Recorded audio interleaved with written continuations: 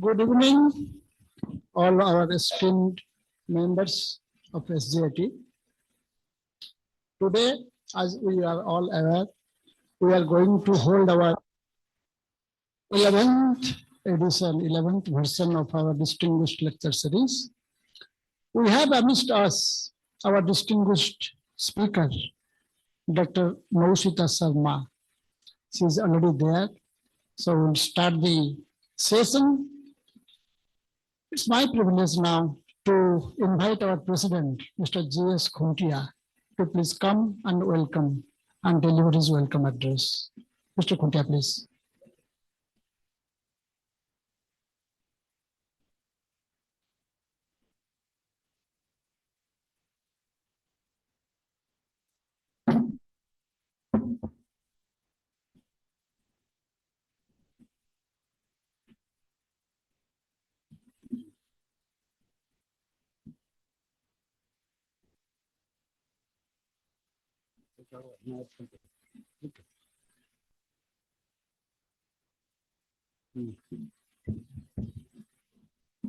Good evening, ladies and gentlemen. So let us go ahead with our program, presuming that some more attendance will come in online mode.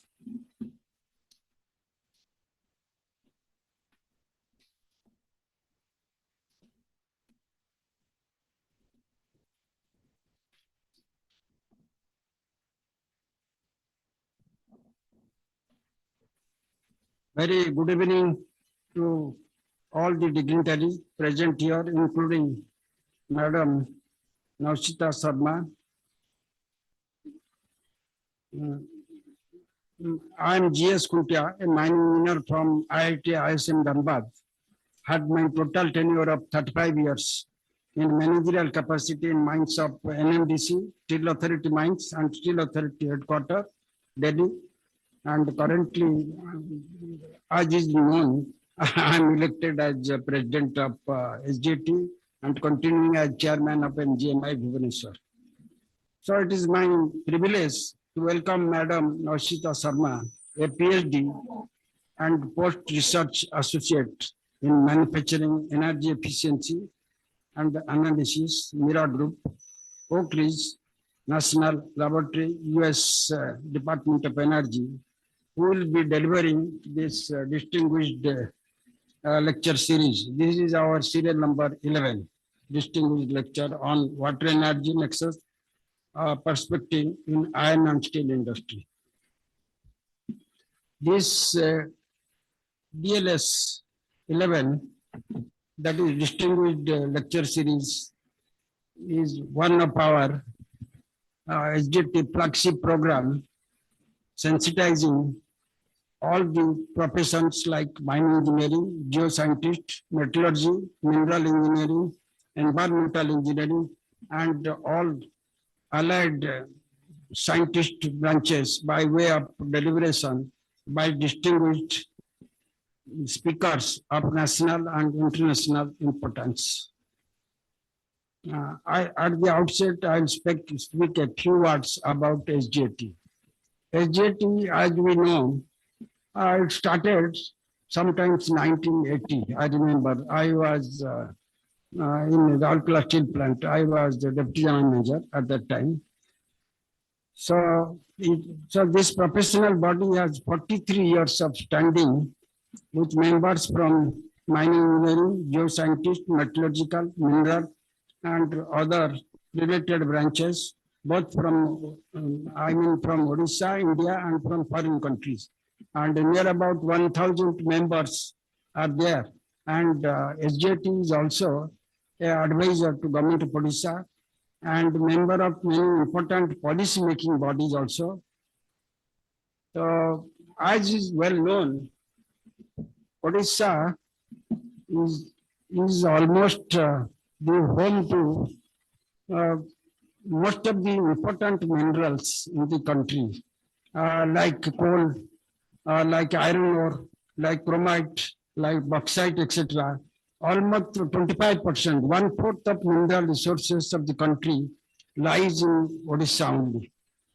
And as is well known, of course, I spent my entire evening in NMDC mines and Steel Authority mines and in Steel Authority headquarters. My total period was spent for steel. So steel is going to play a very important role in our economy. Today also, it is almost contributing nearly 2% of our 7 to 8% GDP. So, and in steel scenario, almost from present level of 140 million ton of steel, we are almost 1/3. We are number 3 in the world in this in respect of steel production.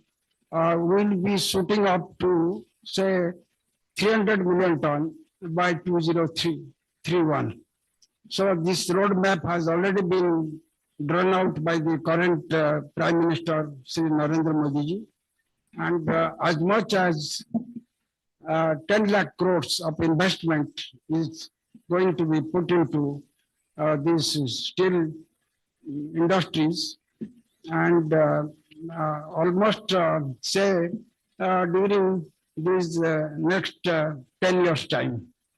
And equivalent amount or maybe more than that is going to be invested in the mines area, in the coal also, and in infrastructure and in related area. So though currently we are standing with a economy of something like 3.5 or 3.6 billion dollar, we had a plan to go to almost $5 billion economy. So Madam Sharma is a known face in Bhubaneswar. I was talking to her. She told that she spent about 4 or 5 years in Rourkela steel plant. Rourkela is also a very important place in my life because I was general manager mines, deputy general manager mines. Both my sons also came out from there and they graduated into NIT and went to IIMs, and one is in a foreign country in UK, and another is MD of an American company at Delhi. So Rourkela, I cannot forget almost the formative years of both my career as well as for both my sons. It was in Rourkela, and Rourkela contributes a large number of intelligentsia, particularly engineers and doctors, almost to 25% of the state. So, Madam Sharma is a graduate in mechanical engineering from National Institute of Technology, Rourkela, in the year 2017. Had her postgraduate in civil, environmental, and sustainable engineering from Arizona University, USA, in 2018.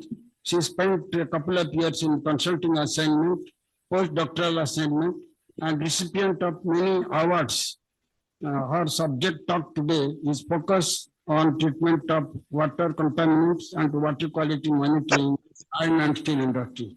As we all know, India is fast developing economy with steel, and almost we are going to be leader, number 3 producers.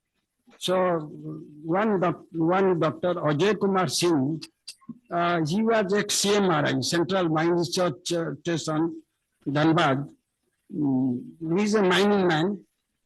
Currently, he is editor of MGMI Kolkata, and he is very much known to Madam Sharma also, and even her father also.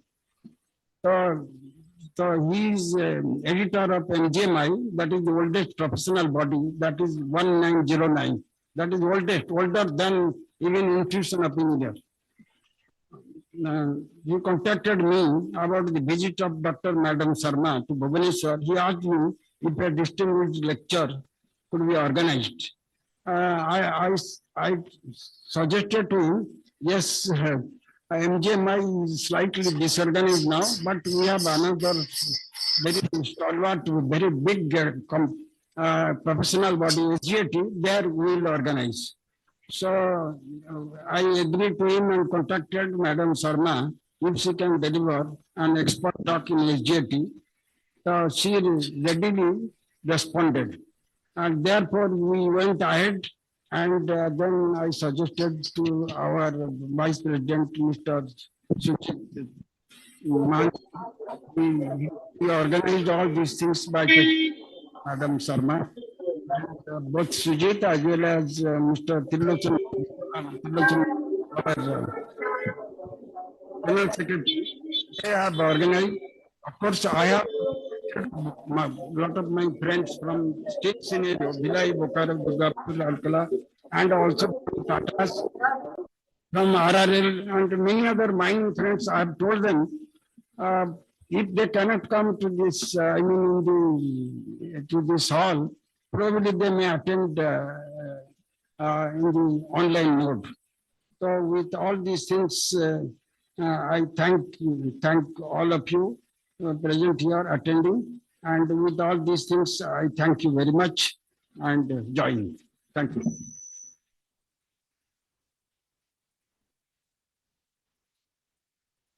Thank you so much, sir, for timely completing the job. And also, you have touched upon very broadly the biodata of Dr. Sharma. But however, there are certain things which I need to share with all of you on Dr. Sharma. After doing her Bachelor of Technology Honors in Mechanical Engineering from MIT Rourkela in the year 2017, she is very young, Dr. Naushita Sharma did Master of Science in Civil, Environmental and Sustainable Engineering from School of Sustainable Engineering and the Built Environment, Arizona State University.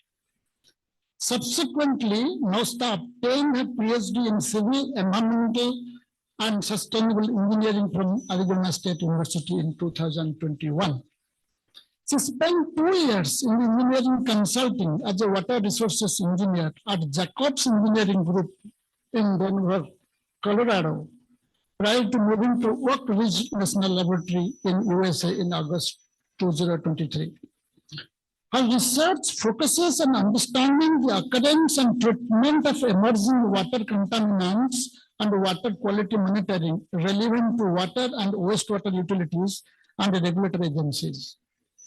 Her research interests lie in working on water energy nexus, big data modeling and analysis, climate sustainability and resiliency planning. Her work in the diverse areas has resulted in over 15 peer-reviewed journal articles.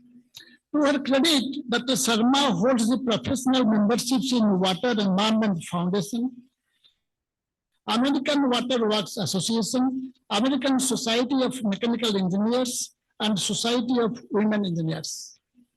In her spare time, she loves spending time in nature through hiking and outdoor adventures. She also has a passion for mentoring and teaching undergraduate and K-12 students. With this, it's now my pleasure to invite Dr. Naushita Sharma to start her presentation. In this connection, I also request Dr. R.C. Mohanji, our former President SGAT, to kindly moderate the question and answer session once the talk is over. Further, I request Mr. Trilochan Mahanta, General Secretary, and Mr. J.N. Das, Joint Secretary, to extend necessary support to Dr. Sharma during her presentation and Dr. R.C. Mohanty during question and answer session. With this, now it's my privilege to invite Dr. Sharma to please come and start your presentation. Your time starts now. Please come.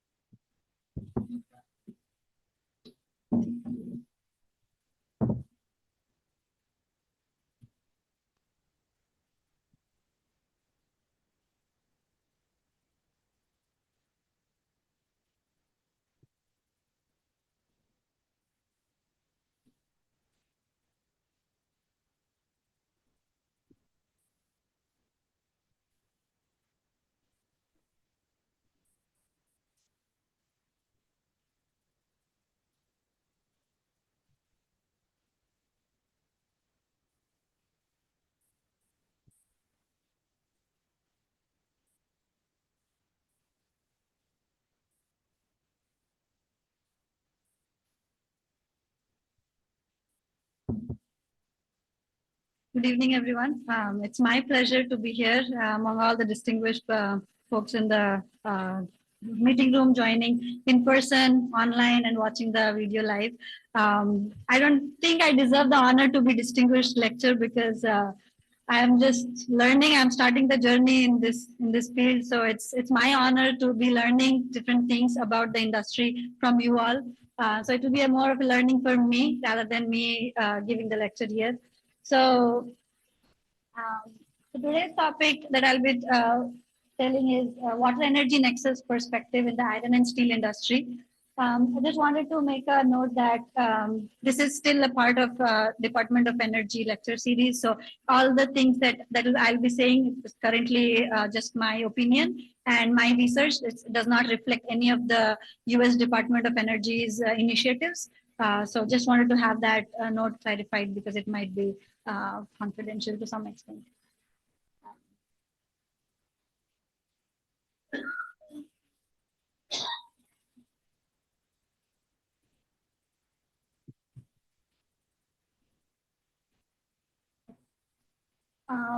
So I would like to start with India's net zero goals. Just a brief background on why this overall study is important. So India is committed to achieving net zero emission targets by 2070, as announced by Prime Minister Narendra Modi. We all have been knowing it's a very big election campaign going on. So there has been a lot more focus on different types of initiatives that the government has been taking. And one of them is achieving net zero emissions. So net zero emissions, that means is how can we reduce the carbon emissions from different.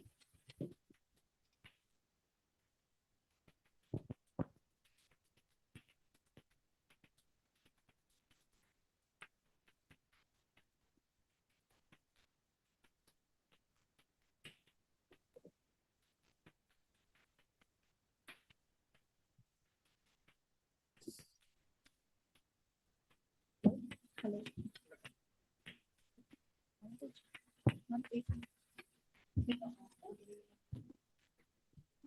Oh.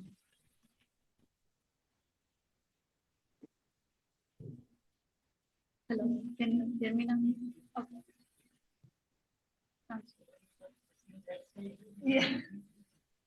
Okay. Sorry for the technical difficulty.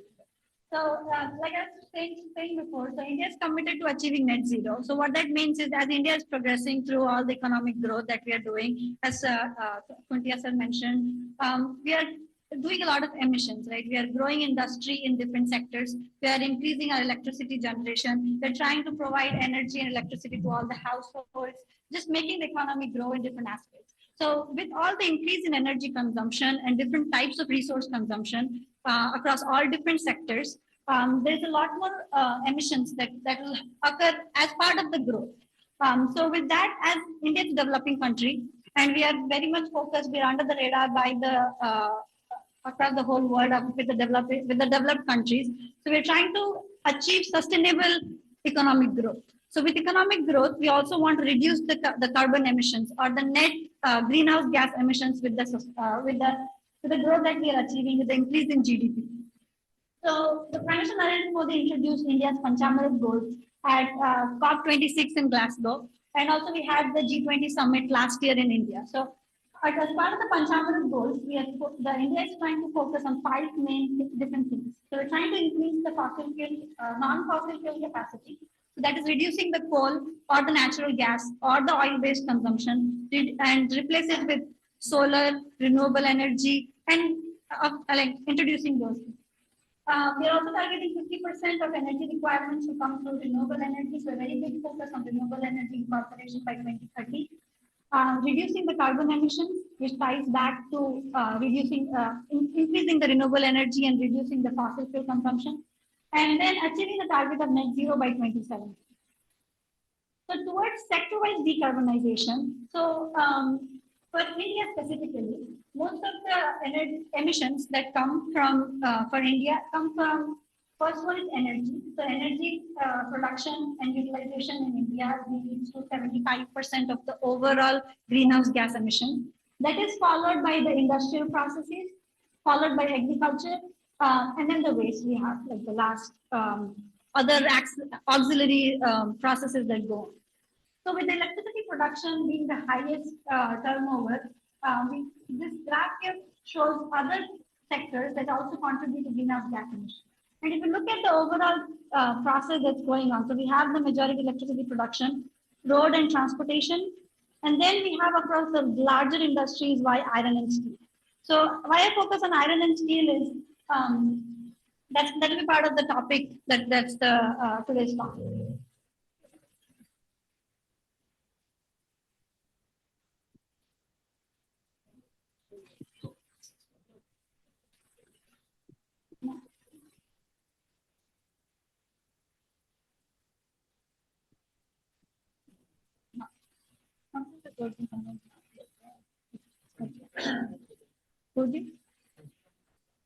Oh, so continuing that, we have India's 2022 NDC. So NDC is nationally determined contribution. So each country, as part of the overall Paris Climate Change Agreement, kind of lays out what the country wants to do by itself and voluntarily reduce the carbon emissions. So India's 2022 NDC goal is to reduce the emission intensity by 45%. And achieve 50% of cumulative electric power installed capacity from non-fossil fuel-based energy sources. The first target, because energy and electricity are the highest emitters of emissions, the first target towards sector-wise decarbonization. So when we look at how we should go to reduce the carbon emissions and proceed to it sector-wise, the first target is going to be electricity. Followed by electricity, we're going to more focus on industries, which is the energy and emission intensive industry. So these are typically large industries which have higher energy consumption and also emit a lot of emissions. Lastly, because building and transportation is a very spread out sector, it's a very diverse, so it's not a point source. Building and transportation, they consume a lot of energy through fuel, but it's a very dissected sector, which means it's diversified and just spread across different units. So it's very difficult to decarbonize at a very point location. So those will be some of the last places to decarbonize. So the first sector, the electricity sector. So we had the 2005. So if you look at the graph here, this is electricity generation supply on the y-axis in terawatt hour. And what are the different goals that India has been setting? So 2005, most of the electricity is coming through the black color, which is the coal, followed by some gas and then hydro. Hydro is a big one in India. In 2020, if you see, the overall electricity generation has increased a lot because India is growing. The last 15 years from 2005 to 2020, we have seen a lot of economic growth, more energy resiliency. I remember when I was a child, we used to have electricity power cuts every day for a couple of hours every day. But now those things seem very far off the distance. Electricity consumption, the generation has increased, but coal still stays a big portion of it. So most of the electricity generation is through coal. Here you see three scenarios, NDC8, which is nationally determined contributions, which India has set up to reduce the emission goals, but it is a high economic growth, medium economic growth, and low economic growth. The summary of this is, I won't go into each of the details, even when India is trying to maintain its current economic growth, coal is still going to stay as one of its major electricity generation, and that's what's going to make the electricity sector dominant by coal. So towards electricity, when India is setting the targets of increasing the solar, you would see in all the other like the future scenarios, we are increasing the contribution of solar into the sector. Coal is still going to play a big role in supporting the electricity sector. So how we decarbonize coal and integrate the impact and reduce the impact of coal in our electricity sector, in our industrial sector, that is going to be very key in supporting India's resiliency, infrastructure resiliency, as well as supporting its decarbonization. For the energy and emission intensive industries, so these are a list of 5 industries which are typically considered the source. So these are point sources where energy is consumed at one particular location, large amounts of energy, and they also emit a lot of emissions. So it's iron and steel, cement and concrete, chemicals, the food and beverage, and paper and pulp. So as I kind of mentioned before, the iron and steel industry in India is one of the largest emissions if you consider just the industrial sector. It was contributing to roughly 6 to 7% of the emissions. So once we are already focusing on the electricity sector, and as this is underway from like 2020 to 2030, our next target is going to be the energy and emission intensive industries. And as Kuntia sir was mentioning, India has targets in investing a lot in the iron and steel industry. So that's where this talk kind of comes into relevance, that we're trying to focus on the iron and steel industry and see where what the decarbonization pathway or how we can make the iron and steel industry more resilient. At the same time, make it more resource and material efficiency, and maintaining all this energy and material efficiency. How can we make it more sustainable, less emission intensive? So for industrial decarbonization, there are a couple of strategies that the US in particular, but also India and other countries are exploring. The first one is using low carbon fuels. So low carbon fuels are basically substituting the current existing fuels such as coal or natural gas or methane with something which will have low carbon intensity, such as methanol or ethanol, or deriving methane from more renewable based sources. So the overall carbon intensity of such fuels that we are going to use is going to be less. Biomass is another example which is considered greener to some extent. Another low carbon fuel that is getting a lot of traction and heat is hydrogen. So hydrogen is considered to be low carbon because the use of hydrogen and the further processing does not contribute a lot of carbon emission. One resource that we all are trying to make, and this will be the first one that will go into industrial decarbonization, is increasing the efficiency of processes. So how can we take our existing processes, either retrofit them and make it more energy efficient or resource efficient in other cases, or how can we maybe install, instead of retrofitting, if there are new plants that are upcoming, how can we add new methods which are more process efficient? So that leads to less resource consumption and more efficient processes, so leading to decarbonization. The third target here is carbon capture, utilization, and storage. This is considered to be most important for one of the most important pathways for India, because as you kind of mentioned, I kind of showed you, as we're moving through different, meeting to different targets, coal is going to be still a very big portion of our electricity and resource consumption. So what that means is to make coal-based operations more greener or more decarbonized, we'll have to capture the carbon that's emitted from the industries and utilize them or store them in different sources. So it's carbon that's emitted from either coal, natural gas, all of those processes, capture them through different amine-based processes, or there are different capture plants that would capture the point sources of carbon, utilize them. So some examples of utilization is, let's say we can take the carbon and then put it into green, make it green concrete. That's one example. If we can utilize the carbon and collect the carbon, utilize it in making low carbon ethanol or methanol or green methane, something of that sort. So that's something that we're looking at utilization, where we can circulate the carbon into different economies. Lastly, storage. So storage involves a lot of, we have a lot of geoscientists here, storing it into the geological formation. So if we can inject enhanced oil recovery is a method where we can take the carbon take the carbon that's been captured different sources and inject it into geological formations, store it for a longer period of time, and just reduce the carbon emissions of that process. The last one is also industrial electrification. So industrial electrification is converting all these sources. So for example, if you're using coal or natural gas, instead of using coal and natural gas, we would convert the processes to electricity. And so that everything becomes electricity based. So if things become electricity based, we can green the electricity. So reduce the intensity of the electricity that we are producing. So make either green electricity through solar or renewable, and feed that into the industry. So that's industrial electrification.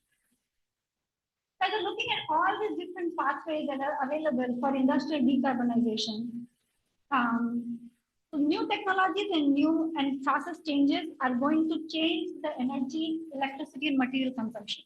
So if we are replacing a current process with a new process, we're going to have different material consumption. Either it's different fuel consumption or just different products that we are consuming. So there will be different energy, electricity, and material consumption. And all these different consumptions are going to vary the water consumption. So why I talk about water consumption is to produce energy of any form, we need water. Either it's through power plants, that's where we need water. Hydro energy needs power, needs water to produce electricity. So we need water to produce all the different kinds of energy that we are using. And simultaneously, we need energy to produce water. So either we are treating water in different types, or if we are trying to cool the power plants or clean up, I mean, a lot of iron and steel industry uses water for different cleaning. So producing water, cleaning water requires energy. And similarly, producing energy or clean energy requires water. So that's why it's important to look at the water energy nexus. And as the industrial decarbonization is going to change, so the industries are going to look very different in the next 30 years or 40 years that are going to come in. So we want to look at what is the nexus between the water and energy in the industrial decarbonization sector. So the motivation for this work comes from my journey in 2015 towards environmental protection. So I did my bachelor's in mechanical engineering from NIT Rourkela. So part of it was doing a winter internship at the Rourkela steel plant. At this steel plant, I went and collected water samples from different inlets and outlets at the steel plant. And we did some analysis to look at what can be some of the best ways to treat the water that's coming out of the iron and steel industry. So as I was working towards environmental stewardship way back during my bachelor's, we also had the opportunity to get the best project on environmental pollution as part of the project. So, so this is where my journey towards working in water wastewater treatment started. And I would like to just take a note of, if you look at the different colors of water here, this is not the best water that you can look at, right? At any point, I'm not saying Rourkela Steel Plant does a very bad job in doing anything, but it's just when I was looking through this during my bachelor's, I was really curious on what can we do to make these processes better in different aspects. So since then, I focused on drinking water and water treatment and the source water quality monitoring. Again, working as a water resource engineering, and currently I'm at the national lab working on industrial decarbonization, the water energy nexus, and the sustainable manufacturing industry transition. If Oak Ridge National Lab, I know a lot of people might not be familiar, but if any one of you has seen the movie Oppenheimer, I don't know how much familiar with the movie, but Oak Ridge National Lab is the place where plutonium was made. So it's one of the 4 primary labs, which was part of the big nuclear project that happened in 1945. So this is where the plutonium was made, and I was really lucky to move to this place. It's very exciting because the graphite reactor and some of those other nuclear reactors that were there, they're still available there. So it's very exciting to see and work at this place, working towards very different. It's not nuclear, but it's a very satisfying and fulfilling job working towards water energy and industrial decarbonization at the national lab. So our group is manufacturing energy efficiency research analysis. We have a mission of promoting energy efficiency technologies, industrial decarbonization, water efficiency technology. That's kind of where I try to work towards. So we work towards different industrial aspects, and that's why I think this audience is really relevant for me to learn on the other end of it, because we always try to work to know what the industry is doing, and I have always worked on the industries in US, so it's very good to know the perspective of industries in India. So it's really good to be here and do the knowledge sharing. So this work in this presentation, I'm going to focus on the iron and steel industry, develop a qualitative understanding of water use in the iron and steel sector, and then understand the industry concerns with current status and what will be the future directions for the Indian iron and steel industry as we're learning from the US sector. So here's a map of the entire world of water consumption patterns in different parts of the world. So I highlight 3 countries here. The first one is US. Because that's where I earn my bread and butter there. So so I'm highlighting the US. The US uses 444 trillion liters of water and annually. Second is India. That's where my birthplace is. That's where I've learned all the knowledge. So it's important to highlight India, which is one of the largest country in terms of water consumption across the whole world. Second is China, because China is also another growing country competing with India in different resources. Important to highlight the water consumption pattern in China. Even though the water consumption in India is the highest, but if you look at the industrial share, that means the water that the entire country uses versus what is going to the industrial sector, US is the highest. So 47% of the entire water consumption in the US goes to the industrial sector. India, if you compare that to US, even though we have the largest consumption of water, only 2.23% goes to industrial consumption. So we are a very heavily agricultural-based water consumption country. So that's why even though we are using so less, it is still important because to understand the water use in India, because unlike a lot of water scarcity in US, India is facing through a lot more water scarcity than some of the other countries have been facing. I mean, the entire globe is going through a different water stress going on, but India has been one of the most hard hit because our population is very high as compared to other countries with the limited resources that we have. And if you all might have been looking at the news of the Bangalore or even in Odisha, when I was flying through Bhubaneswar, the Mahanadi seemed a lot more drier the last couple of years than it has been before. So water stress in India has been one of the major topics to highlight, and that's why we're looking at the water energy nexus in India as well. So this work, it's still more a little bit US focused, and I'll dig into what the perspective for India. So US, we have Department of Energy. It is a federal agency which funds a lot of research industrial projects to increase energy efficiency, water efficiency, look at sustainable industrial transitions, electricity, power, and such. So through DOE, we have funded research called National Alliance for Water Innovation. So this is a multi-year research program which is led by our team, and it focuses on industrial water quality needs and water treatment innovation for different processes. So we're looking at industrial water quality and how can we improve the water needs to facilitate better sustainable industrial transition. We also have another program in the US called Better Plants Program. I think this is a very great program in the US, which I was unaware before joining the national lab. And India can definitely benefit. और किछु नहीं है jockey छड़ा हाँ only jockey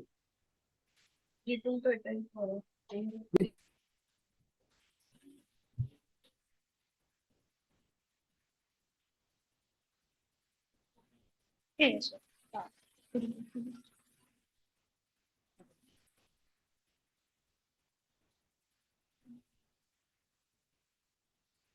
No, I think so. Okay.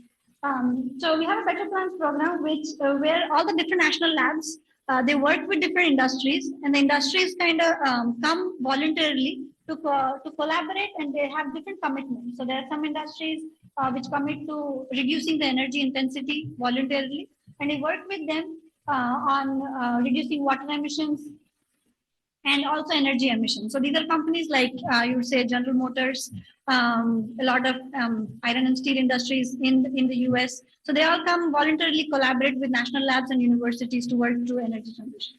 So with this opportunity, we worked in collaboration and sourced out some particular one integrated steel plant and one electric arc furnace plants. So these are two different kinds of iron and steel industry in the iron and steel plant in the US that we're working with. One foundry and one metal finishing company. So we're working with 4 iron and steel industries specifically in this effort to inform what can be the different pathways that we can take for iron and steel industry in the US towards industrial decarbonization and maintaining efficient water quality in the sector. So going back to the iron and steel making process, it's a basic flow chart of the different processes that occur in the entire iron and steel making process. So we have the mines and concentration plants. We get coal into the coking plant to get coke. We have iron ore that gets converted to iron sinters and pellets, which are these are small iron blocks. And then lastly, we have limestone, which gets calcined to form lime. So all these raw materials can go through two different pathways. So there are two types of primarily iron and steel making process. One is the typical blast furnace and basic oxygen furnace pathway. So you will have all the raw materials going through blast furnace and basic oxygen furnace. These are the integrated steel plants that we mostly see in India, or Rourkela steel plant, Bhilai steel plant, and such. The second pathway is using these raw materials to directly reduce it to iron. So we are not doing any blast furnace activity, but we're directly reducing the iron ore to iron and using some scrap metal and combining the direct reduced iron and scrap metal into an electric arc furnace. So this is basically like a smelting furnace, and that gives us iron. So in both the processes, we will produce iron and then steel here. So this is the process of iron making, this is the process of steel making, and these are the processes, the hot strip mill, hot rolling, and cold rolling of producing the finished steel. You will produce different types of either tubes, coils, sheet, depending on what are the capabilities of a particular steel. So the blast furnace and basic oxygen furnace is the most widely used globally and in India as well. Whereas in the US, because the iron production and steel production in US is relatively lower than in India, US only have 30% of plants in this route. Whereas the DRI, which is the direct reduced iron and the electric arc furnace, that is only 30% in India, but 70% in the US. The water comes used in consumption in the iron and steel industry, where the entire water energy nexus comes in.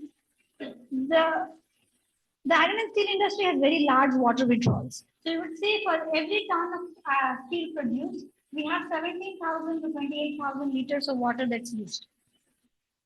Similarly, the water consumed in US is very less because there's a lot of recirculation and recycling going on.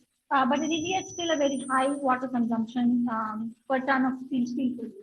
What the main difference between the water withdrawals and water consumption is, so if you have a natural source, either this is a river or a lake or any natural supply from groundwater, there's a certain amount of water that's withdrawn. So this is water withdrawal, what you're trying to withdraw from the source. Of that water, some water is used in process, which is not returned back to the source. So that is the entire water consumption. So in India, I'm mentioning roughly half of the water is not returned back. And so there's a lot more consumptive use per ton of steel in India as compared to US. So it's important for us to also look at how can we reduce the water consumption in India and see what are the different processes we can make iron and steel more water efficient, as well as we're trying to move towards decarbonization and energy efficiency.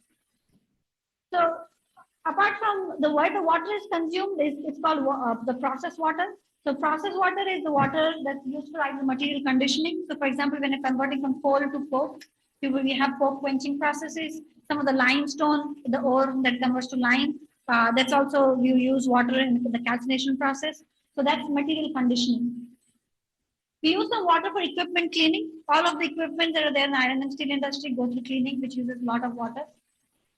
Conveyance of materials is mostly through, let's say we are trying to, if there's an electroplating process or a pickling process going on in the iron and steel industry, we will prepare some chemicals, some acids, some bases. So those require water in the process. So that's the conveyance of materials. Air pollution control, a very big one. So all the blast furnace, oxygen furnace, and also in the finishing processes, we use water sprayed across individual process for air pollution control. Lubrication, all the individual equipment that are available, they need water for lubricating them for heat, for temperature control and heating.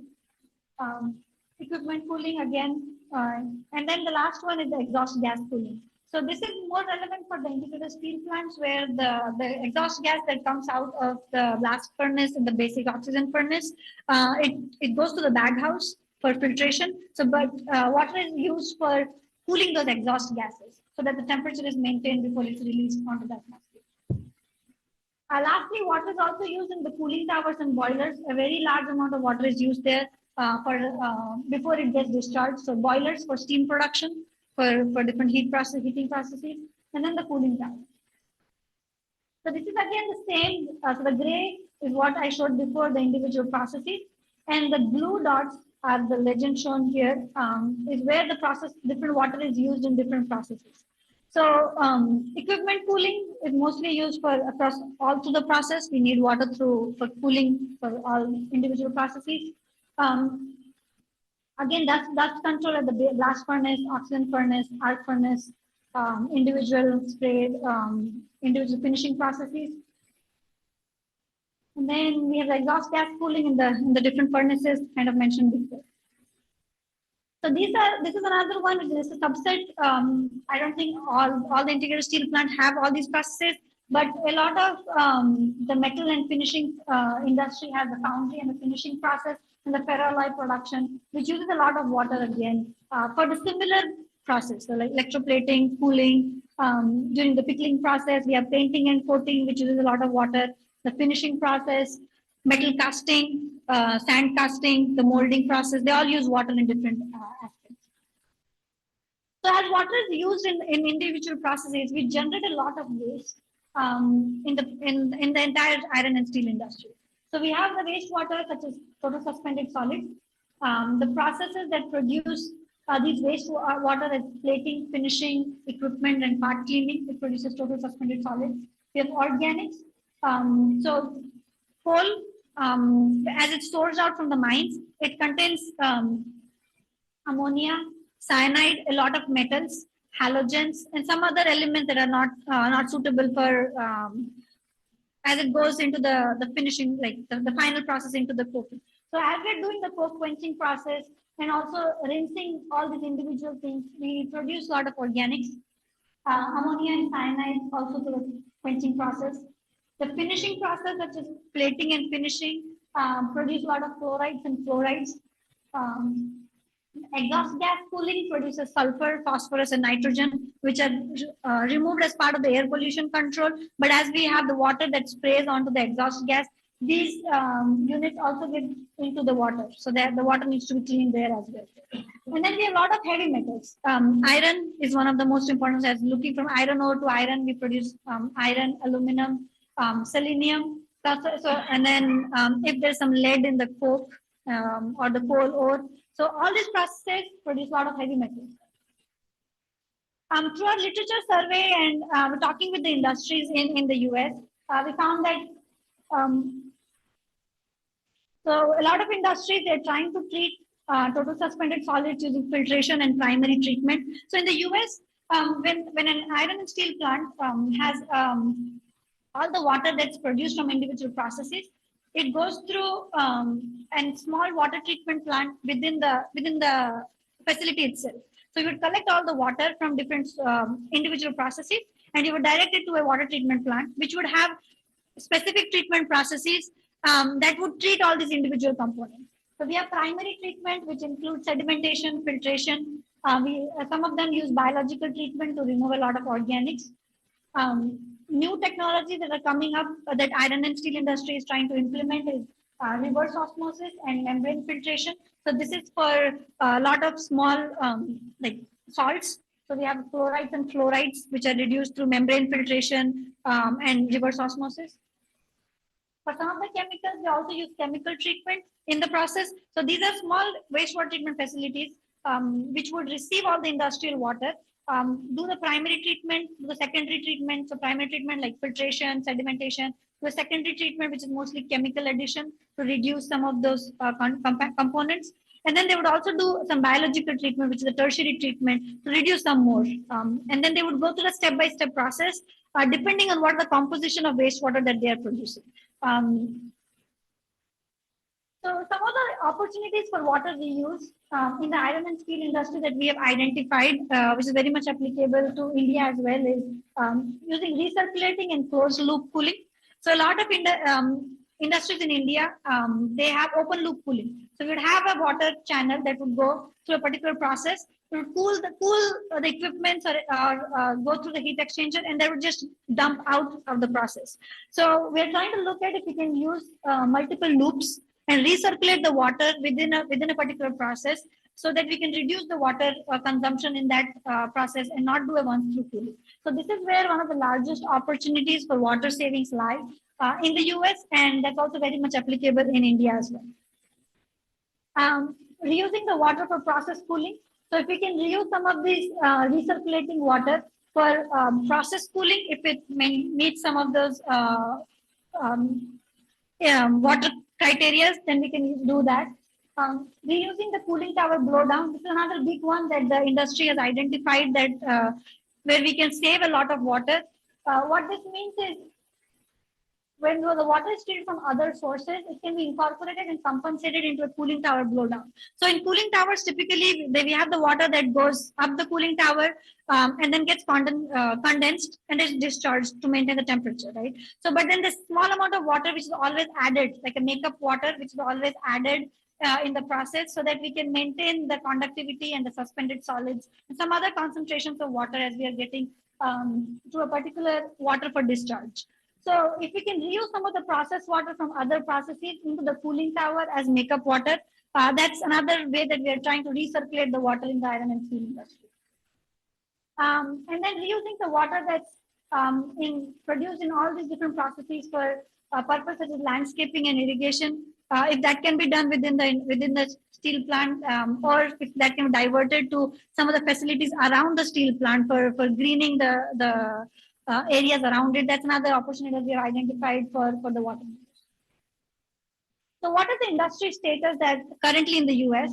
So we're looking at benchmarking the water interest here. The key highlights are, even though the iron and steel industry in the US is looking for decarbonization and also looking for how they can make it more efficient, the industry in the US even lacks the water reduction goals. So water is very cheap in US. So when they're trying to look at energy savings, they don't look at water savings as efficiently. So it's not part of their specifically that we have to reduce water to some extent, right? So if they don't have a specific intention of reducing a water, somehow reducing the water kind of falls back, and it's not like a priority as reducing the energy and emission. And another thing is, which is very much in India as well, and I've tried to figure out some other countries, we do not have process level water use data. So we have facility data that, okay, we have X amount of 100 meter cube water is going into this plant, and then maybe 90 is coming out of the plant. But what happens in individual processes and individual things that we can try to recirculate or minimize, or those opportunities that can be identified with the availability of process level data, that is still missing. So we're trying to work with industries and letting them know that can we install sensors? Can we have smart metering where how much water is exactly sprayed onto a particular process, if we can note that. So that will help us know that, okay, this is the particular water consumption there, how much of it is wasteful and how much of it is actually used. So trying to identify these things and work with industries to individually cater to their needs for improving the water efficiency. The top priorities for industry is the cost and meeting the regulatory compliance. So they all want to, we all want to keep the operational and the capital investments lower.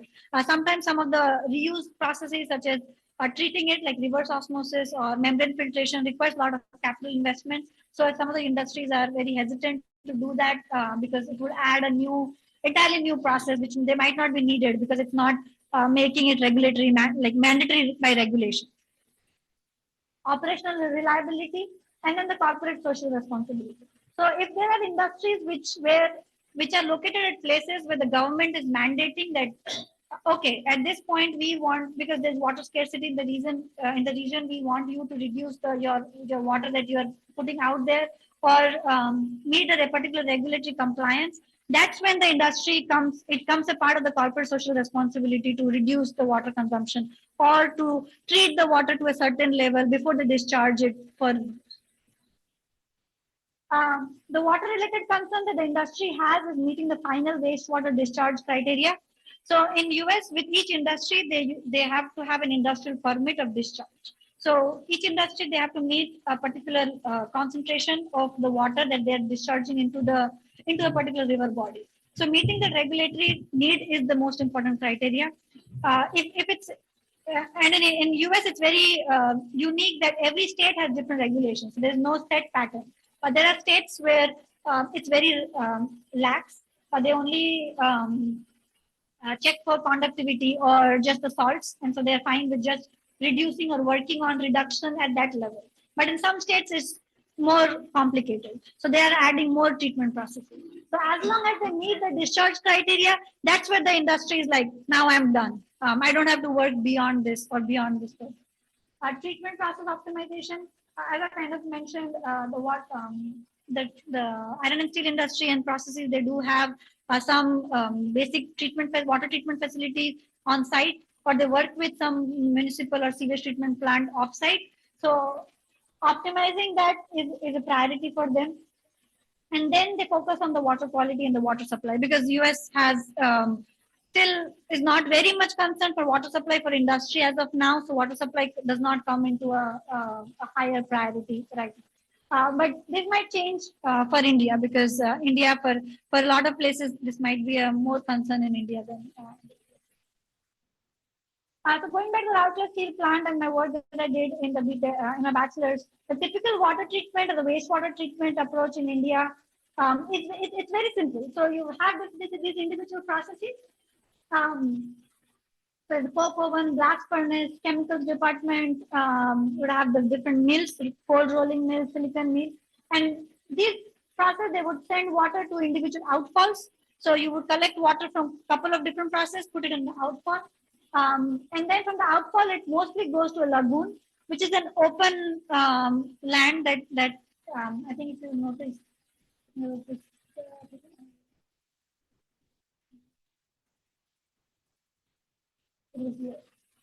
So this is the lagoon where the water goes in. So most of the water that kind of comes in from individual processes gets discharged into this lagoon.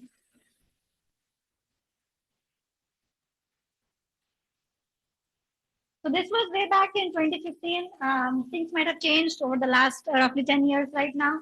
But at that time, we had the RSP had a BOD plant, which was just working on to reduce the biological oxygen demand of the water.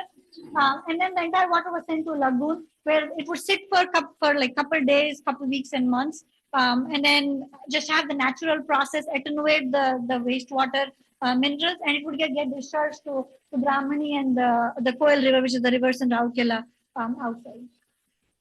So we tested some concentrations of the BOD plant inlet and the outfall for some of the cold rolling mill and individual outlets and falls. It does have some higher concentrations of iron and then selenium coming from the coal discharge.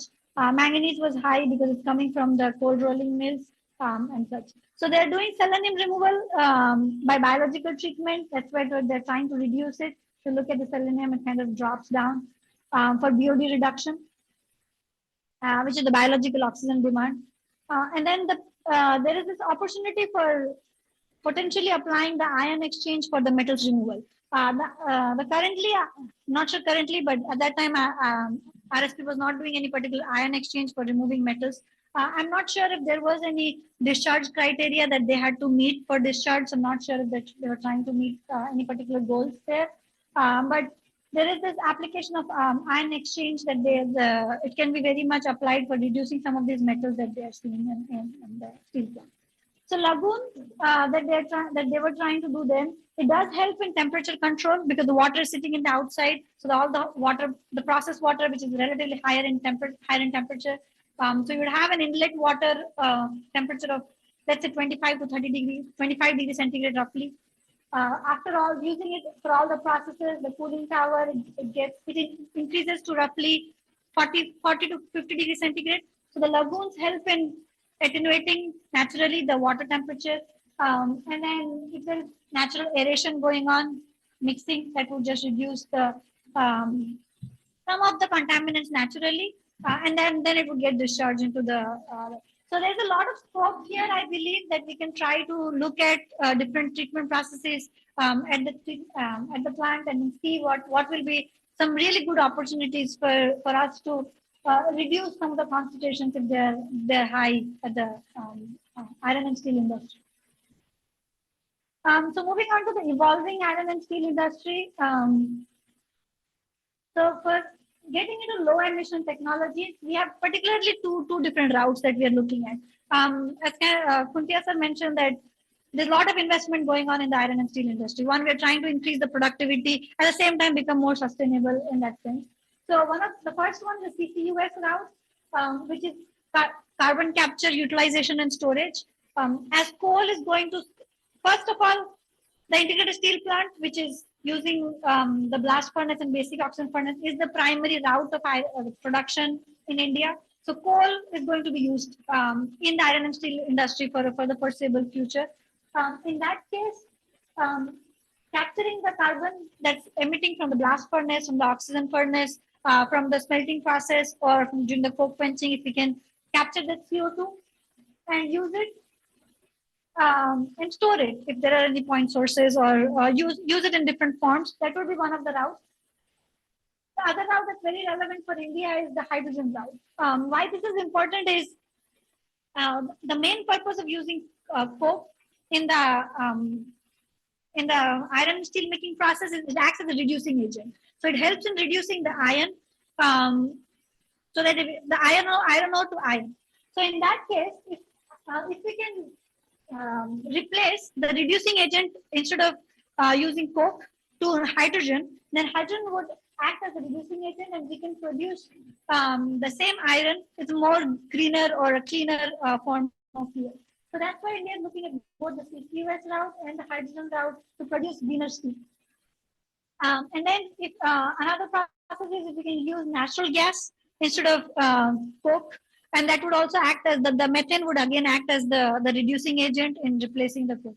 But the problem with natural gas is India is not the large one of the, India still imports natural gas. So it's not energy reliant for India to use natural gas in such process, because we are not self-sufficient in natural gas. For US, it's a different case because US produces large amounts of natural gas. So they have in-house resources. So they're trying to replace coke or the coal with natural gas. So for India, hydrogen seems also another route if we are able to produce hydrogen in a more sustainable form. Although it's energy and water intensive, but still it's a route that we are trying to look at for lower emission iron and steel industry. So this is a graph of the CO2 that's emitted per ton of steel for different individual iron and steel making processes. The first one is the blast furnace and the conventional integrated steel plant. It emits the highest amount of emissions. And as we're trying to switch from conventional, which is using coal, to natural gas, then again just using direct reduced iron, replacing the oxygen furnace with electric arc furnace. So when we're replacing the oxygen furnace with electric arc furnace, we are converting the source. So we're changing the fuel, then the energy for the oxygen furnace to just electricity. So if we make it electricity more green, that would again make the process more green in that sense. If we can increase the scrap utilization in the iron and steel industry with the electric arc furnace, that again reduces because we are recycling the iron back into the system. So that reduces the carbon emissions. And then the hybrid is the hydrogen-based iron and steel making process, which has been piloted in US and also in Austria, but it's still a more nascent technology to be used, but does have lower emissions overall. What happens to the cost of production? So if we look at the blast furnace or the integrated steel plant, this is considered still one of the most cheapest forms of iron production in currently. So this is why India is still using it. As we're kind of moving to these individual processes, switching from coal to natural gas to maybe steam methane reforming process and then the hydrogen based, the cost kind of remains similar, but the output that we get from emissions will change. So that is why we're trying to look at these processes. These processes might be beneficial in transitioning the iron and steel industry. For India, the new report from the Center of Energy, Environment and Water, they said that transitioning the Indian iron and steel industry towards a decarbonization pathway is going to increase the capex by roughly 21 lakh crore over the next 20 or so years. And then the operation costs are also going to increase by 66,000 crore. So that's in India. So that's a huge investment that India will have to think on if we are trying to decarbonize and meet the Panchamrit goals or the decarbonization goals that we're looking at. So one of the main incentives that incentives or why India would convert is there's a lot of scrutiny going on with Europe. So India is one of the biggest importers of iron and steel to Europe. And Europe has been talking about introducing pricing on imported steel from India because based on the greenhouse gas intensity. So Europe wants to make their infrastructure less carbon intensive. They want green steel. So to make green steel, they want India to make greener steel. So because India is still not producing to India steel is still not greener to what Europe's demands may be. So Europe is trying to think of adding a border, putting a tariff on Indian steel. So as it gets imported, they would add a tariff because it's not green. So it has higher carbon intensity. So that's why iron and steel industry might get hit. These are still talks in the process. The news is still evolving. India is pushing back on that because it impacts India's economic growth over there. But these are some of the factors, the external factors that are going to drive India's iron and steel industry towards a more decarbonized pathway that we might be looking at. So the hydrogen-based iron making process that I was talking about is basically using either natural gas or renewable electricity to produce hydrogen. Then hydrogen would be injected with iron ore into a reactor with electricity. So it's like a smelting reduction. You would just put electricity, use the iron ore, feed it with hydrogen to reduce it to iron here. In that process, you produce the iron and we also produce water. So why this process looks more interesting is one, they're using hydrogen, which is more greener, less carbon intensive. The other is it's producing water in the process. So instead of consuming water, as we're trying to do with the coke quenching or some of the other traditional process, this process produces water to some extent. So because there's potential of water production, we are looking at it as more of greener way of production as well as producing water and using it in the process. If you compare the energy consumption, the hydrogen-based DRI is still competitive with the direct reduced iron or the electric arc furnace, and it has lower energy consumption than the traditional route. So we are looking at a more energy efficient, resource efficient process here that might spun out. There is still very higher capex going on, but still it's something that the US is actively looking at. Recently, US has funded as part of the Office of Clean Energy Demonstration. They funded 6 projects in the iron and steel industry, investing up to $2 billion, where 3 or 4 of them are trying to implement the hydrogen-based DRI at their big facilities so that they can make their steel more greener and net zero emission steel. For India, I will not go through all these individual tables. I think we'll look at the presentations. But something that's there for India is the natural gas DRI with CCUS, where we're replacing the coal with natural gas and replacing the blast furnace route with direct reduced iron, and then using the carbon capture, utilization, and storage to capture the carbon and reduce the carbon intensity. So this process has very high technology readiness levels. So a lot of companies in Europe and US are trying to do it, but it has limited availability in India because of the natural gas and the competitive prices. So natural gas is something which we are resource limited with in India. So something that's not completely feasible, or we are not looking at it that way. Tata Steel has worked with a plant in Netherlands for smelting reduction. So they have developed and piloted a high Sharma process, which it's directly putting in oxygen and then the iron ore and coal in one smelting furnace to produce the hot metal or iron. So they're cutting down the individual process of blast furnace and basic oxygen furnace, putting it into a smelting reduction, just one step process where everything is reduced out, and then we can use it. So this one has a technology readiness level of 7, and then the CCUS, they're looking at a potential use of CCUS at this. So if you look at the top gas here, so this top gas is basically has a combination of carbon monoxide, sulfur, nitrogen, and then carbon dioxide as well. So if we can capture this top gas as part of the carbon capture, either use it for some other process internally or store it in a geological formation. So that's what we're looking at. Hydrogen DRI, something that India is looking at for low cost renewable electricity. The limited emission reduction, that hydrogen injection directly into blast furnace instead of coal. So we would use the existing technology. We would not replace the blast furnace. Instead of replacing we would only replace the fuel source instead of the entirely replacing the furnace itself. We're looking at that for blending the blast furnace with hydrogen as a transition technology in the current plant. So when we're looking at transition, we cannot just remove all the current iron and steel plants and replace it with a new plant, right? So it needs to happen in phases. So this is something that we're looking at slowly injecting hydrogen as having the hydrogen supply chain penetrate into the iron and steel industry to some form, look at the efficiency, look at how the industry is taking it, and then increase the output of that. So for near term, looking at increasing process efficiency of the existing plants, and then increasing the scrap utilization for circular economy.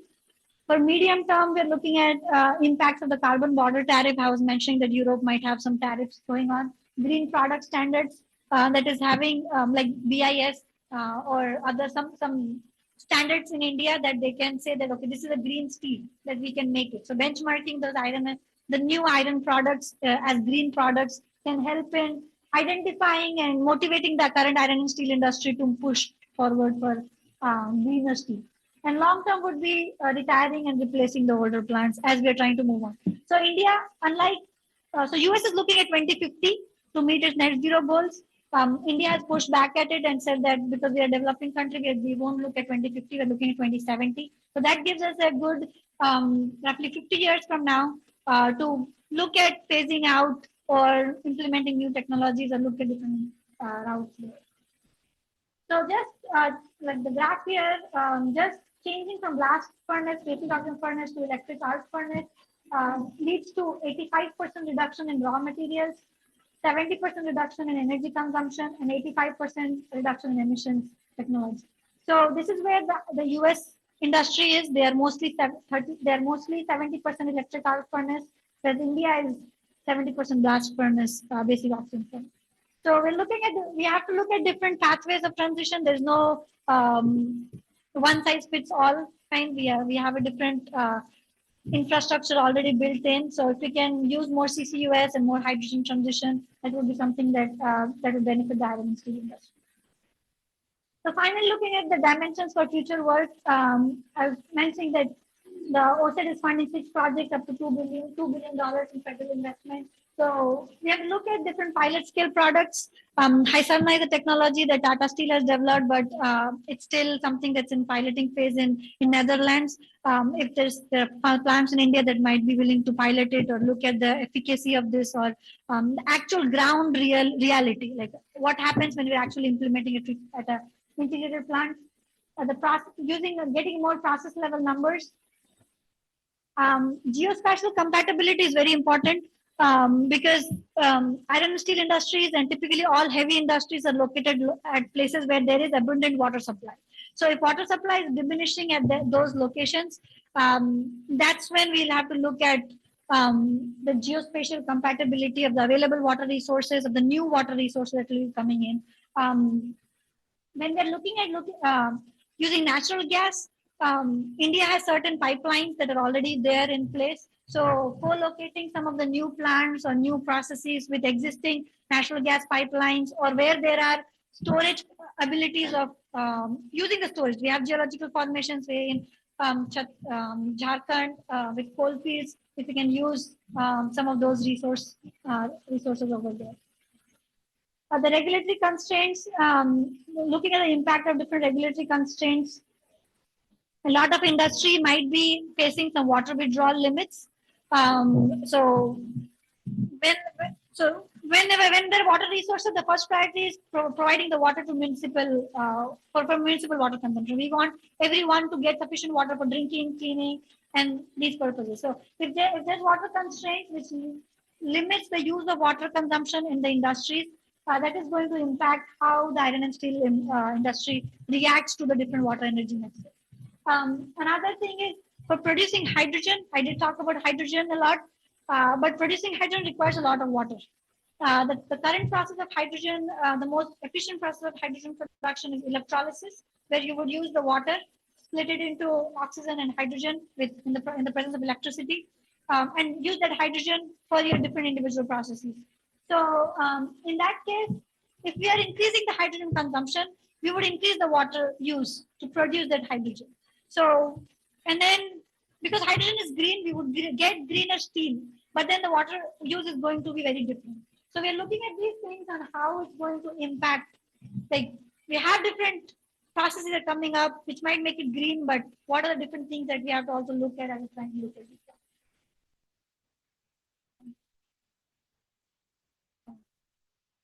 And the lastly is the willingness of the steel plants to adopt and pay.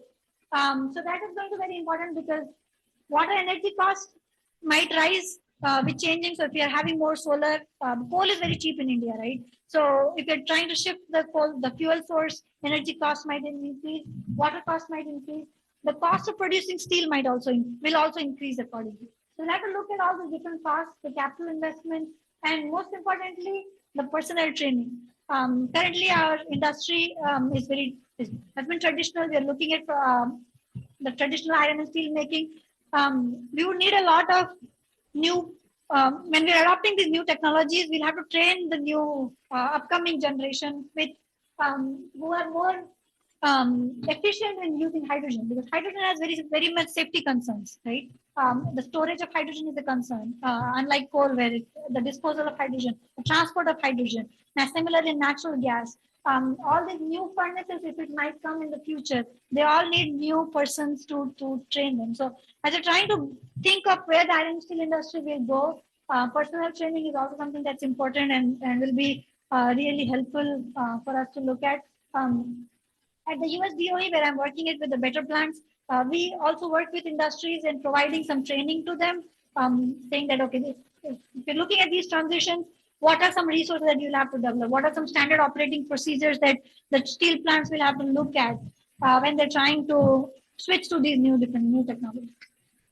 So with that, I'd like to conclude my talk. I'd like to acknowledge Paul Lemar, who I'm working with at the National Lab. He's a water expert with over 25 years of experience. And then the funding from different agencies. And then with that, I would open the floor for questions. Thank you for your time. Thank you so much. Extremely insightful talk that you have made. There's no doubt about it. And insightful in the sense that in the backdrop that India is confronted with the biggest challenge of enhancing the production capacity to 300 million ton by 2030. And steel production to 255 million ton. So without wasting time now, I request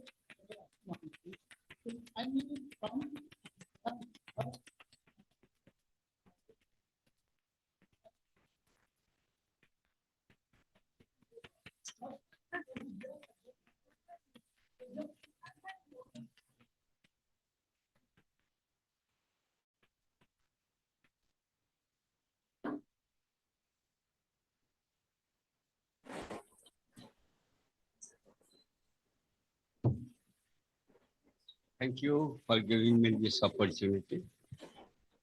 And after such an exhaustive talk covering all major aspects of steel production, starting from raw material input to energy, water, and the Nexus clearly explained how it gives impact in our environment and our future career.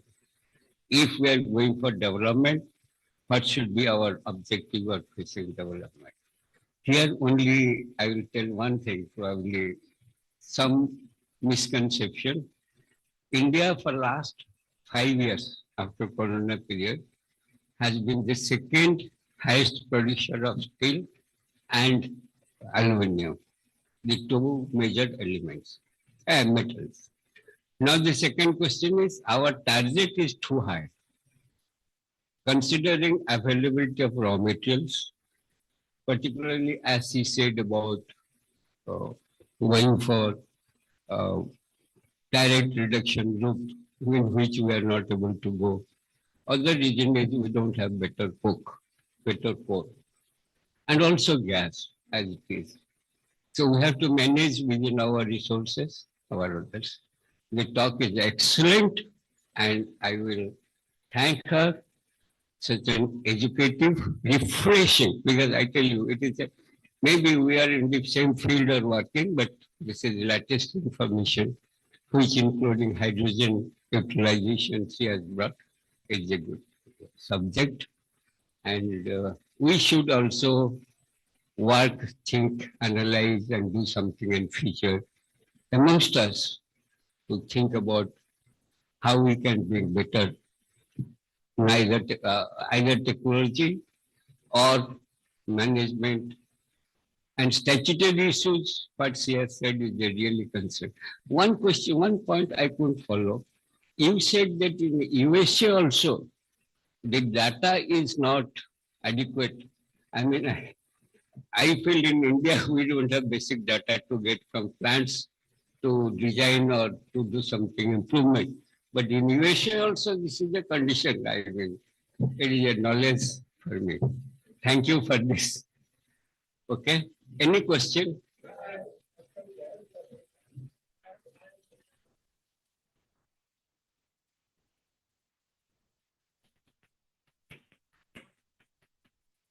आप इधर आइए ना. How will you reply?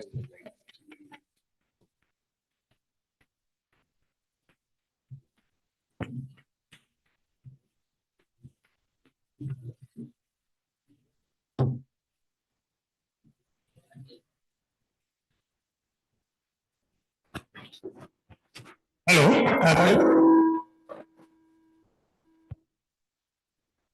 Dr. Sharma, the water consumption data per ton of steel, that is specific kind of water consumption.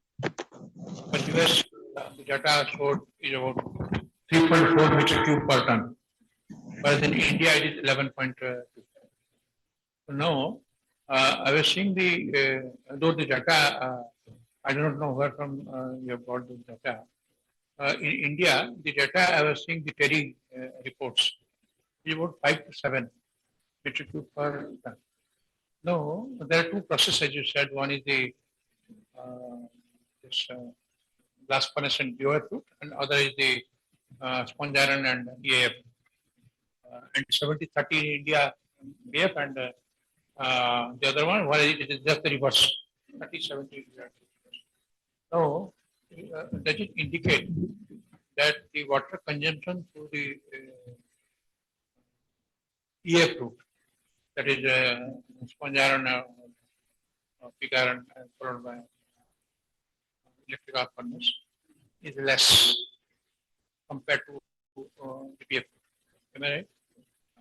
So, in US, which plant has the lowest specific water consumption, and what is the quantity? Because in India, I saw Tata Steel's report today. They said that they are going to reduce it up to 1.5, their target, 1.5 meter cube. So that's quite a low data. So in US, what is the lowest?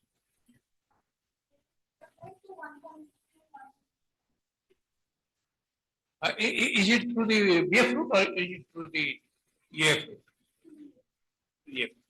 So, and what is the best data in United States so far as the BF route is concerned? Because BF is also, the steel is also produced in America, so BF route. So, what is the minimum water consumption?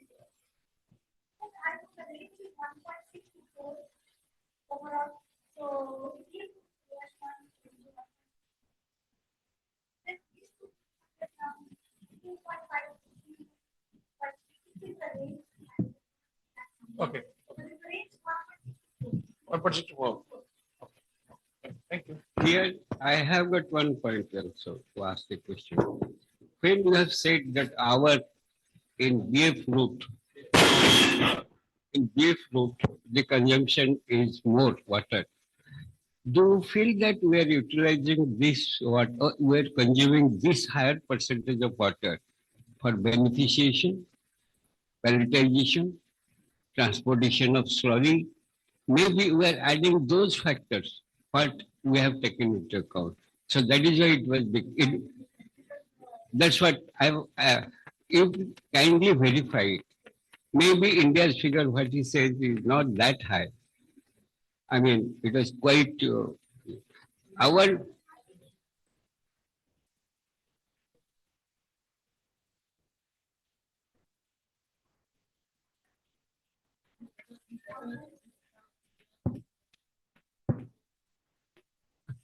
Maybe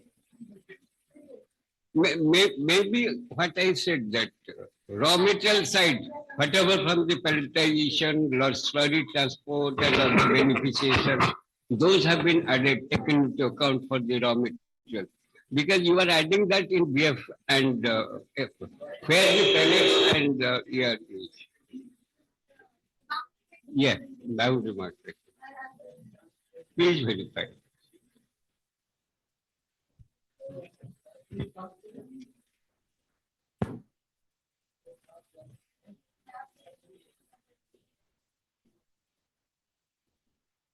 If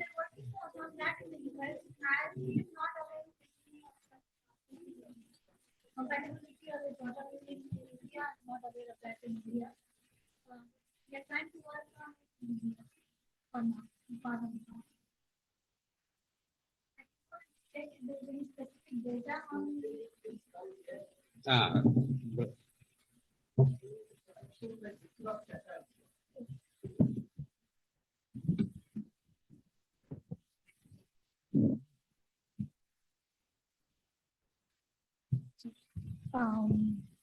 So has anyone mapped the geospatial compatibility of steel plants with water availability in US? I have not looked at specifically for steel plant on how they have done it in US.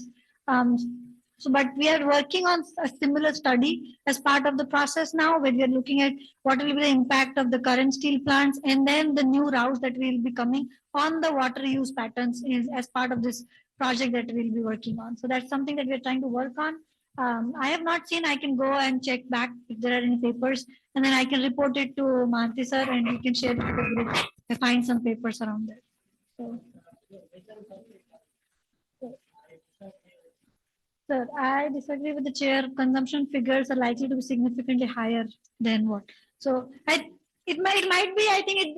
I feel like it depends on what each plant might be looking at the life cycle. So there are different processes. We can look at just plant in, plant out. We can look at sourcing, like for example, there's some studies which consider the water used for energy consumption also as part of the water used, and the transportation also. So I can look at it and check depending on same boundaries what is the consumption, so that we can do like a more apples to apple comparison. Because with the sometimes the boundaries may vary the numbers. So I'll go and look at it and then I'll report it back to Sujit sir. What is the extent of water recovery at Rourkela, and how does it compare with the most water efficient commercial steel plant in the world?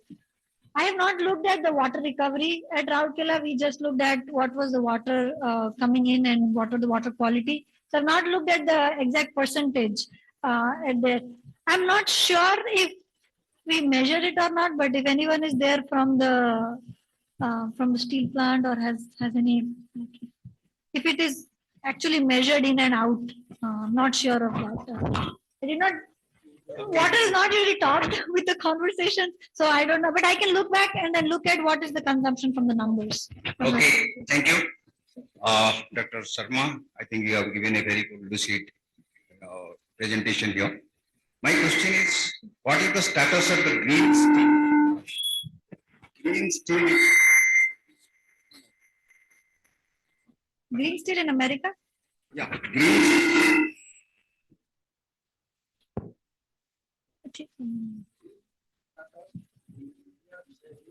Europe and America. So, that is first thing. And second thing, consumption of water means what? It is the input and output, and what is consumed. sir. Probably that is what I understand. Sir. So if it is high, why it is high in India, why it is low in America? Sir. That is the main question is there. That means are we wasting more water, or it is less water only consumed for that? Whatever we are using, probably it is required for us, or it is abundantly available, so that we are using. So these are the two things which I want to know. green steel status in India? Currently the green steel, I'm not sure how much we are producing green steel as of now, or we have even labeled steel as green steel in India. I don't think we have started that process of labeling things as green steel in India. But the process, Tata Steel, the one that they were making.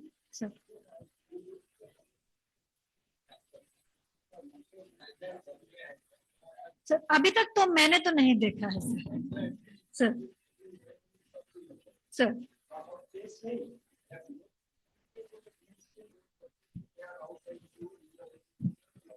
Sir sir sir sir sir Sir, it is in different ranges. So what is there in, I mean, what I know from the green steel that the US that they're trying to produce green steel. So it's called green steel. The standards there are there at different levels on how much emission you have been producing the steel.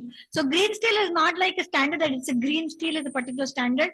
They're looking at steel based on the emission intensity that particular steel is. So if your steel has, let's say, certain amount of emissions, it will be charged at a different rate, versus if your steel has a lower emission while it is being produced, it will be charged at a different rate. So that's the tariff mechanism that they're trying to develop to some extent. In terms of green steel that US is trying to produce, so in that, what they're trying to do right now is there's a company called Cleveland Cliffs, which they're working on introducing the H2DRI process. That they're telling it as that steel that will be producing, that they will be producing at their plant will be zero emission steel. So that's what they're calling it. I don't think it's like an alloy kind of standard, right? It's not like this steel is stainless steel with some carbon or that. I don't think that process is changing. The label, what they're doing in terms of the emission intensity, that is going to determine how it's going to be sold or transacted in the market. So that's kind of how they're working on. And that's how they're calling it as green steel or green hydrogen or green electricity. There's nothing called like a standard for green electricity. It's because it's produced from greener sources or renewable sources is what we are calling it. I assume, and that will be a route that once they have established certain intensities or carbon intensities for steel, they would start putting some standards to it based on that. So that was.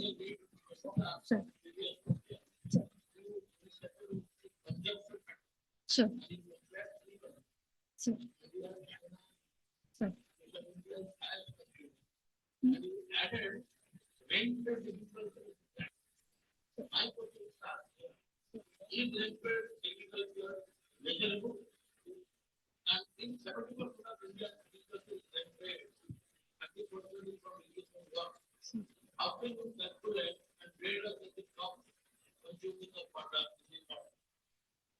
No, sir. The water consumption that is there, that's calculated for every country based on how much we are withdrawing from all the sources. So first of all, yes. So, sir. Sir. Yes, sir. Yes, sir. Yes, sir. Yes, sir.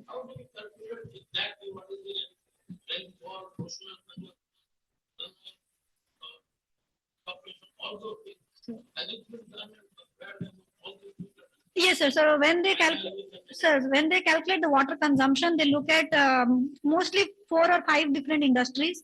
First one is they look at agriculture, because so it's basically water consumption means, so rainfed, it's from the water source how much we are consuming it. So how much they're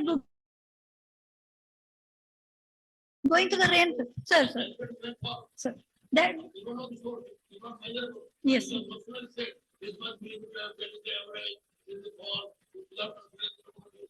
That will be mostly irrigation, sir. So that. Sir. Sir.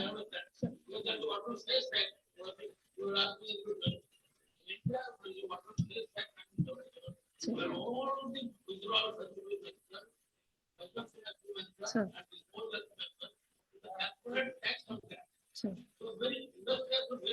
Sir. But if you drag it to the agriculture to crop, it doesn't work. That's my point. Sir. Sir. Sir. Sir.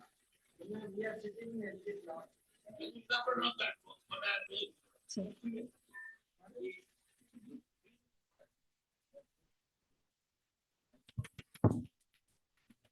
Standing. Sir.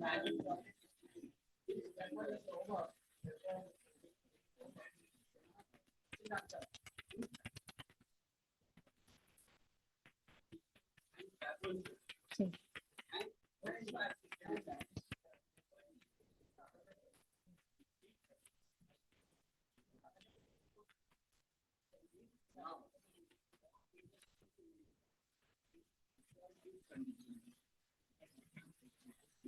Okay, sir.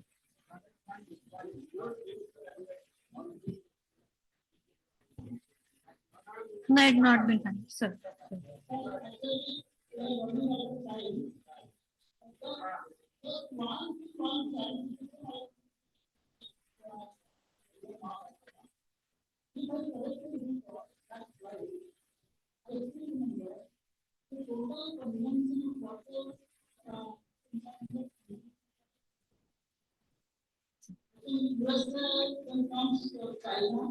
Sir, sir, yes.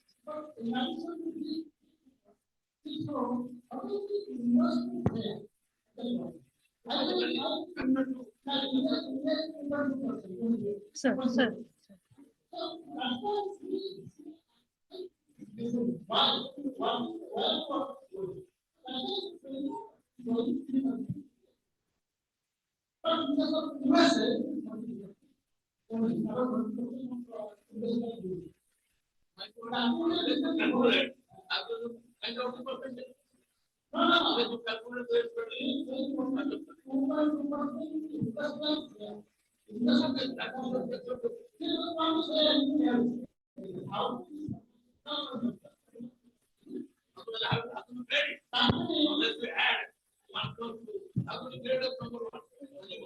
Sir, irrigation. Sir, sir. So, irrigation water is metered. So irrigation water is metered. Sir. Sir. Sir.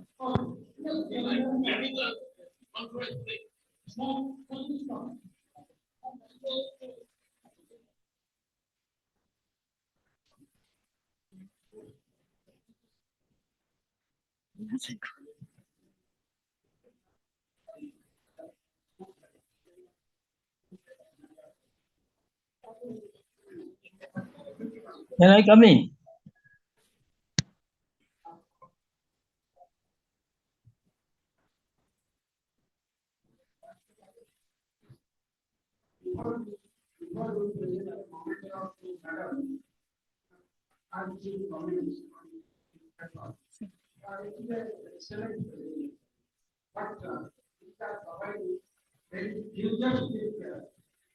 Sir.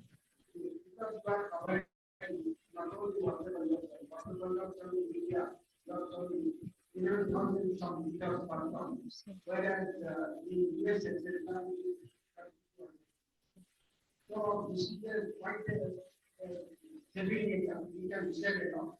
Then about technology, because our last project, because although I am mining half of my educational activities are in street activities. Inside our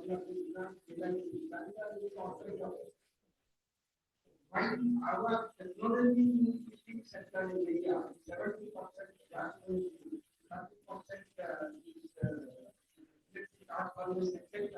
It would get quite some time for us to see that we can let the college books are start out and learn about these criteria. Sir. Future. But it will take quite some time. Maybe Sure. more than the future. I will because say net zero aspect. Net zero, we are talking from 0.0 to 0.0. Okay. In net zero, our main idea is to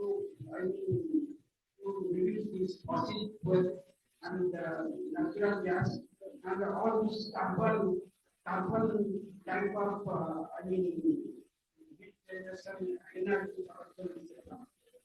So why we are going for alternative renewable energy? Let us say sometimes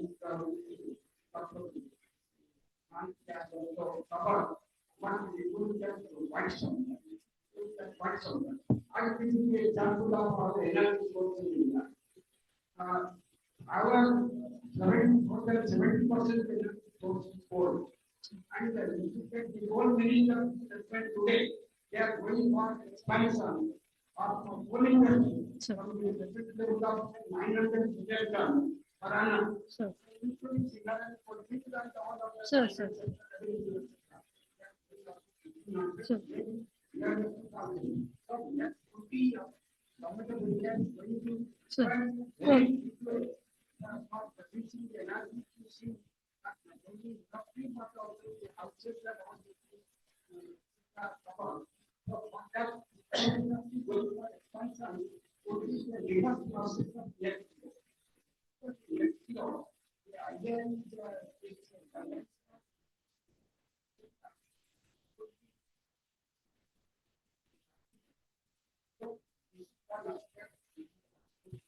Yes, sir.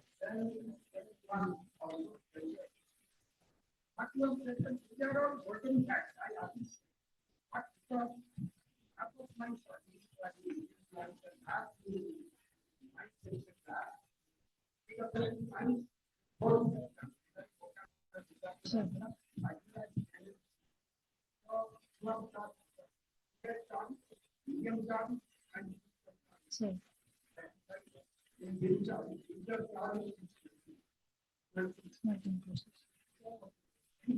Sure, sure. Longer conversations. Yes.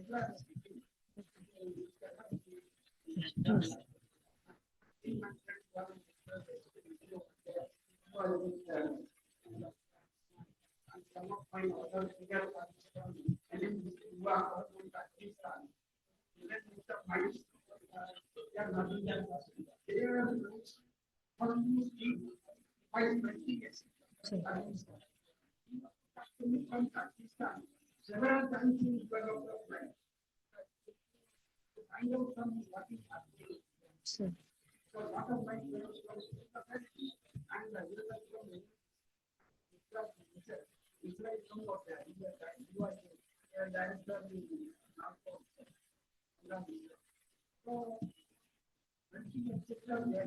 so quite some time.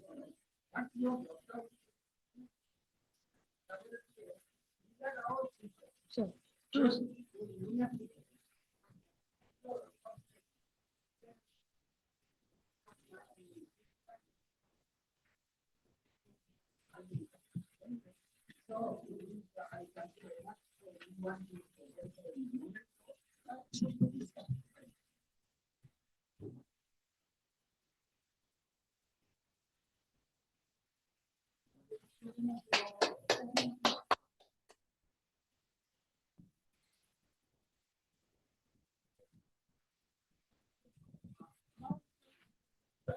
May I request the members to please offer a vote of thanks, please.